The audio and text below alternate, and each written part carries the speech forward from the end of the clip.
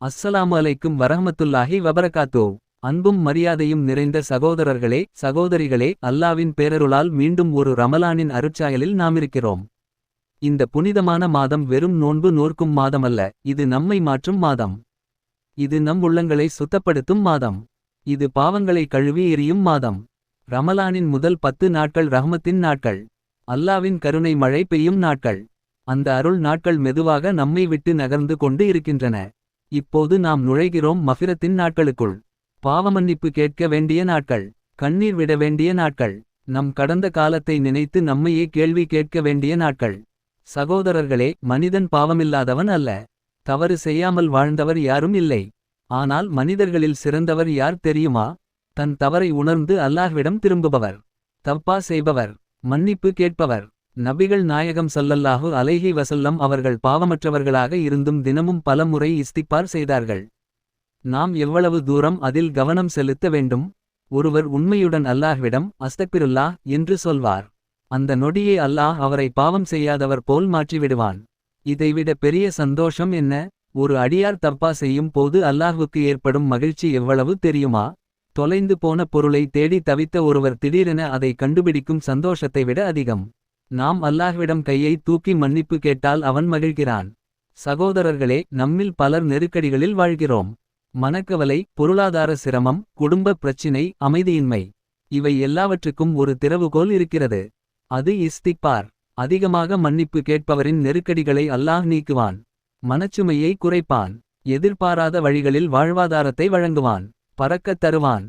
நாம் சம்பாதிப்பது குறைவாக இல்லை. ஆனால் பறக்கத் இல்லாமல் போகிறது. ஏன்? நம்முடைய பாவங்கள் பறக்கத்தை தடுத்து நிறுத்துகின்றன. நாம் மன்னிப்பு கேட்காமல் இருப்பதே அந்த அருளை தள்ளி வைக்கிறது. பாவம் தொடர்ந்தால் என்ன நடக்கும்? நன்மை செய்யும் வாய்ப்பு குறையும். நல்ல சிந்தனை மங்கும். துவா ஏற்கப்படாமல் போகும். மன அழுத்தம் அதிகரிக்கும். அல்லாஹ்வுக்கும் அடியாருக்கும் இடையில் தூரம் பெருகும். ஆயுளில் ரிஸ்கில் பறக்கக் குறையும். நாம் நம்மை கேட்க வேண்டும். கடைசியாக எப்போது அல்லாஹ்வுக்காக தனியாக அமர்ந்து அழுதோம்? எப்போது நம் பாவங்களை நினைத்து கண்ணீர் விட்டோம்? நரகம் தீண்டாத 2 கண்கள் என்று நபிகள் நாயகம் சொன்னார்கள். அல்லாவின் பாதையில் விழித்த கண்கள். அல்லாவின் பயத்தில் அழுத கண்கள். தனிமையில் அமர்ந்து அல்லாஹ்வை நினைத்து அழுபவர் மறுமையில் அர்ஷின் நிழலில் இருக்கிறார். அந்த மகத்தான நிலைக்கு நாம் தயாராகிறோமா? கண்ணீர் என்பது பலவீனம் அல்ல. அது ஈமான் உயிரோடு இருப்பதற்கான அடையாளம். கண்ணீர் என்பது இக்லாஸ். கண்ணீர் என்பது உண்மையான தவ்பாவின் உச்சம். சகோதரர்களே, பாவங்களில் விழ வைக்கும் காரணங்களில் மிகப்பெரியது அளவில்லா ஆசை. மண் மீது ஆசை, பொன் மீது ஆசை, பெண் மீது ஆசை. இந்த 3 ஆசைகளில் மனிதன் சிக்கிக் கொள்கிறான். உலகத்தில் எவ்வளவு ஆசைப்பட்டாலும் நமக்கு நிர்ணயிக்கப்பட்டதே கிடைக்கும். ஆனால் சுவர்க்கத்தில் அல்லாஹ் சொல்கிறான், நீங்கள் விரும்புவதை அனைத்தையும் தருவேன் என்று. அதனால் தேவையற்ற ஆசையை குறைப்போம். ஹலாலான வழியில் திருப்தியுடன் வாழ்வோம். ஆசையை அடக்கினால் பாவம் குறையும். ரமலான் நம்மை மாற்ற வருகிற மாதம். இன்று ஒரு முடிவு எடுக்கலாம். கடந்த பாவங்களுக்கு உண்மையான தப்பா செய்வோம். எதிர்காலத்தில் பாவம் இல்லாத வாழ்க்கைக்காக முயற்சி செய்வோம். நாம் அதிகமாக ஓத வேண்டிய திக்ர் என்ன? அஸ்தக்ஃபிருல்லாஹ வ அதூபு இலைஹி.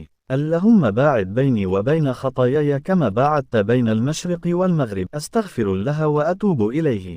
اللهم باعد بيني وبين خطاياي كما باعدت بين المشرق والمغرب. பொருள்: நான் அல்லாஹ்விடம் மன்னிப்பு கேட்கிறேன், அவனிடமே மனந்திரும்புகிறேன். யா அல்லாஹ்வே, கிழக்குக்கும் மேற்குக்கும் இடையில் நீ ஏற்படுத்தியுள்ள தூரம் போல என்னையும் என் பாவங்களையும் இடையில் தூரத்தை ஏற்படுத்தி அருள் புரிவாயாக. சயீதுல் இஸ்திக்பார் துவாவை கற்றுக்கொண்டு தினமும் ஓதுவோம். اللهم أنت ربي لا إله إلا أنت خلقتني وأنا عبدك وأنا على عهدك ووعدك ما استطعت أعوذ بك من شر ما صنعت أبوء لك بنعمتك علي وأبوء بذنبي فاغفر لي فإنه لا يغفر الذنوب إلا أنت. பொருள்: யா அல்லாஹ்வே, நீயே என் இறைவன். உன்னை தவிர வணக்கத்திற்குரிய எவரும் இல்லை. நீயே என்னை படைத்தாய், நான் உன் அடியான்.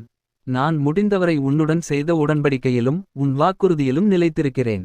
நான் செய்த தீமைகளின் கேடுகளிலிருந்து உன்னிடத்தில் பாதுகாப்பு தேடுகிறேன். நீ எனக்கு வழங்கிய அருள்களை நான் ஒப்புக்கொள்கிறேன். என் பாவங்களையும் நான் ஒப்புக்கொள்கிறேன். எனவே என்னை மன்னித்து அருள் புரிவாயாக. நிச்சயமாக பாவங்களை மன்னிப்பவன் நீயை தவிர வேறு எவரும் இல்லை. இதனை காலை ஓதுபவர் மாலை வருமுன் மரணம் வந்தால் சுவர்க்கம். மாலை ஓதுபவர் காலை வருமுன் மரணம் வந்தால் சுவர்க்கம். இந்த ரமலானை வீணாக்காதீர்கள். கண்ணீர் விடுங்கள். மன்னிப்பு கேளுங்கள். உள்ளத்தை சுத்தப்படுத்துங்கள். அல்லாஹ் நம்மை பாவமற்றவர்களின் பட்டியலில் சேர்த்துவிடுவானாக. நாம் செய்த பாவங்களை மன்னித்து நம் ஆயுளில் பறக்கத் தந்து நம் குடும்பத்துக்கு அமைதி தந்து இறுதியில் கலிமாவின் மேல் மரணம் தந்து சுவர்க்கத்தை நமக்கு நசீபாக்குவானாக. ஆமீன் யா ரப்புல் ஆலமீன். இந்த உரை உங்களுக்கு பயனுள்ளதாக இருந்தால் எங்கள் நிலையத்தை மறக்காமல் பின்தொடருங்கள். உங்கள் ஆதரவாக விருப்பம் தெரிவியுங்கள். பிறருக்கும் பகிருங்கள். நன்மை பரவட்டும்.